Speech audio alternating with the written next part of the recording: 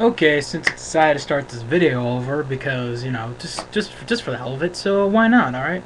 So guys, hey guys, what is up? It's me, Beantown Boy 90 here, back again for another video for your TNA 2010 Victory Road uh, review. Now, this pay-per-view, of course, was in the Impact Zone because, you know, TNA has no other better to do than be in the Impact Zone. But anyway, let's start off, shall we?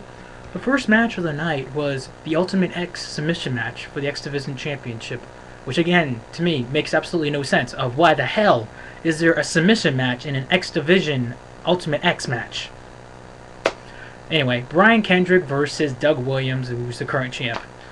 This was an alright match, guys. It was alright. You know, Doug Williams choked Brian Kendrick out.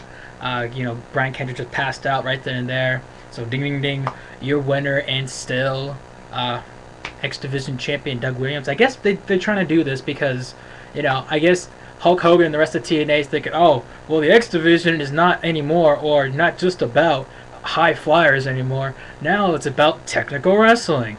That's what Doug Williams wants to be, and that's his character. So I guess, you know, he's kind of getting his wish, and that making sense. So anyway, so after that, next match, we have our triple threat match. Possibly the worst match of the night. Jesse Neal versus Brother Ray versus Brother D-Von. Now, Jesse Neal comes out, then Brother Ray comes out. All hunky-dory, right? No. Brother D-Von is locked in his freaking locker room by 2x4s. Can TNA tell me why in the world is Brother D-Von stuck with their 2x4s? I mean, there's something about kicking the door open and escaping or something. You know, no. Brother Ray is beating the living hell out of freaking Jesse Neal. Then Brother D-Von finally comes out, looks like he's gonna turn heel, punches Brother Ray in the face. Jesse Neal spears Brother D-Von. Brother Ray hits the bubble bomb on Jesse Neal, and then 1, 2, 3, your winner, Brother Ray.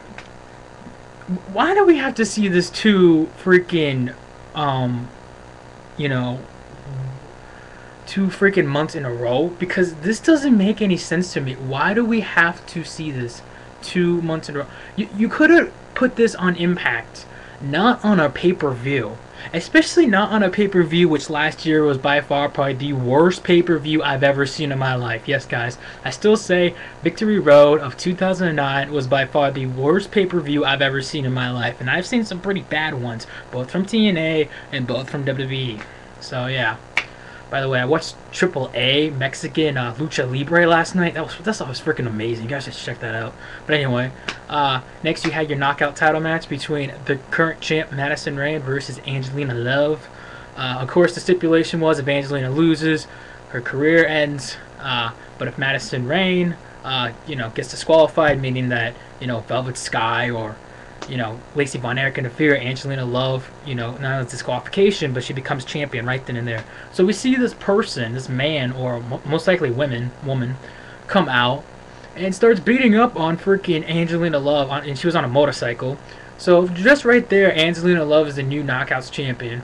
So, you know, I like Angelina Love, but I gotta admit, what the hell is this? Because a freaking woman comes out. I mean, I know some people are like, oh, it's Tara on the motorcycle.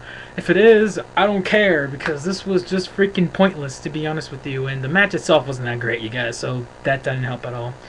So next we had, after that, so Angelina Love's your new Knockouts champion. So then we had AJ Styles and Kaz versus the mystery opponents, which were indeed Rob Perry and Samoe Joe. This was a really good match, believe it or not. I really liked it. I really enjoyed it. It's kind of funny how every time Rob Terry got tagged in, the crowd booed him. It tells you that how much the freaking crowd hates Rob Terry. And I could have sworn I heard "You Can't Wrestle" chant when Rob Terry was in there. So, yeah, you know, I could tell the TNA fans don't even like Rob Terry. So, yeah. But, you know, it was a good match, you guys. AJ Styles hits the 450 splash on Rob Terry.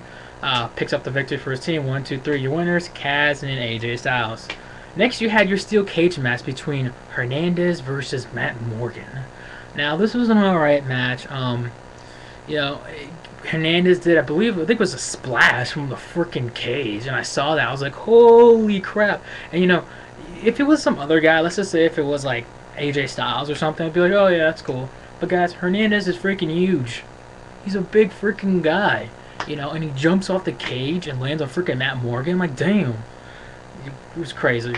Then Matt Morgan has a bright idea of let me use handcuffs. So he handcuffs freaking Hernandez right onto the cage, climbs out of the thing, and so your winner, Matt Morgan. So yeah, that was a pretty bad ending right then and there. But yeah, so your winner, Matt Morgan. Next, you had a really, I'd say, decent match, pretty good match. Ric Flair versus Jay Lethal. Now, this was a good. I was actually surprised by Ric Flair. You know, I know he's supposed to be quote unquote retired, but you know, he kind of surprised me in this match because he took some bumps, he took some bruises, he took some, you know, pain and stuff, and you know, he sold a lot of good stuff. So I'm thinking, well, I guess Ric Flair kind of still has it in him. We'll give him that. But it was a good match, and Jay Lethal did impress me in this match. And Jay Lethal, in fact, did win the match via figure 4 leg lock. What do you expect, you guys? I mean, he's trying to copy freaking Ric Flair. Then after the match was over, he wanted to thank his mom, and, you know, I swear, it was like something off Rocky. And next was the match that stole the show.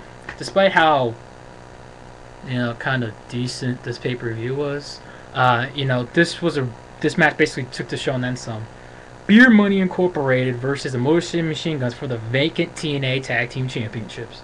Now, this was really good. What do you guys expect? I mean, to me, these are the two best tag teams in TNA. Yes, you could throw in Generation Me in there. I don't care, because Generation Me is basically Matt and Jeff Hardy, you know, basically. But, you know, this was a really good match. I really enjoyed it. You know, at one point, I think it was James Storm and I think Chris Sabin goes for the pin, you know, 1, 2, 3, and then it's like a draw, you know. And then, you know, Earl Hebner and his son, what's his son name? I forget his other son name. You know, basically talk with each other like, okay, well, since it was a tie, we're gonna restart the match. So they restart the match, and then, you know, Morrison Machine Guns do pick up the victory and become the new TNA Welterweight Tag Team Champions. And I'm glad they did, you guys. These guys deserve it. I mean, these guys are just fun to watch, and I believe this is the first time they've ever become TNA Tag Team Champions too. So, you know, this was great for them, and I'm finally glad that they won it. Next became probably one of the most interesting matches of the night: Kurt Angle versus the Pope, D'Angelo De Niro. Now, again, this was a really good match. It was good. It was kind of slow in the beginning, to be honest. I don't know why, but it just felt slow. You know, Kurt Angle did hit the angle slam on Pope D'Angelo. De Niro kicked out. Then Kurt Angle hit the ankle lock. De Niro looked like he was gonna get to the ropes. Then all of a sudden he starts tapping out.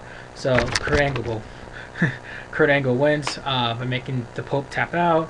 After the match was over, Kurt Angle held Pope D'Angelo's arm in the air. And, you know, just my thoughts on this match real quick. It was a good match. I mean, I understand, you know, Kurt Angle's trying to have this, oh, I need to beat everybody in order to become TNA Welterweight Champion, but, you know, I'm standing there like, alright, yes, Kurt, you're getting old, and you've won so many freaking titles, you're like a 13-time world champion, let the Pope have his chance. I mean, just, you know, he's a young guy and stuff, you know, just let him have his chance, let him go over. I don't know, maybe one day we'll see the Pope beating Kurt Angle, I don't know, we'll have to see. So next becomes your main event, the TNA Welterweight Championship Fatal 4-Way match. And at this point in the pay-per-view, I'm thinking, this pay-per-view is okay. So far, I'm giving a good review of it, basically. And then this match, surprisingly enough, really disappointed me. Abyss versus Jeff Hardy versus Mr. Anderson versus the current Welterweight Champion, RVD, in a Fatal 4-Way match. Go figure, a main event Fatal 4-Way match. Where have I heard this before? So anyway, this match happened. You know, there wasn't many spots in this match.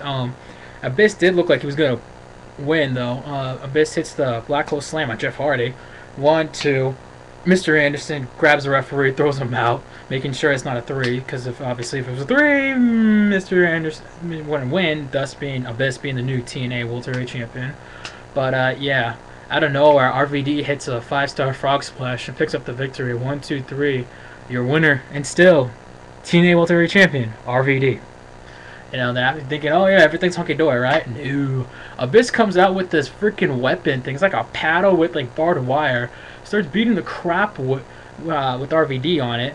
And, you know, it was just, you know, he calls it his girl or something. I don't know. It was weird. Anyway, guys, touch you guys later. Being Temple 190 signing out.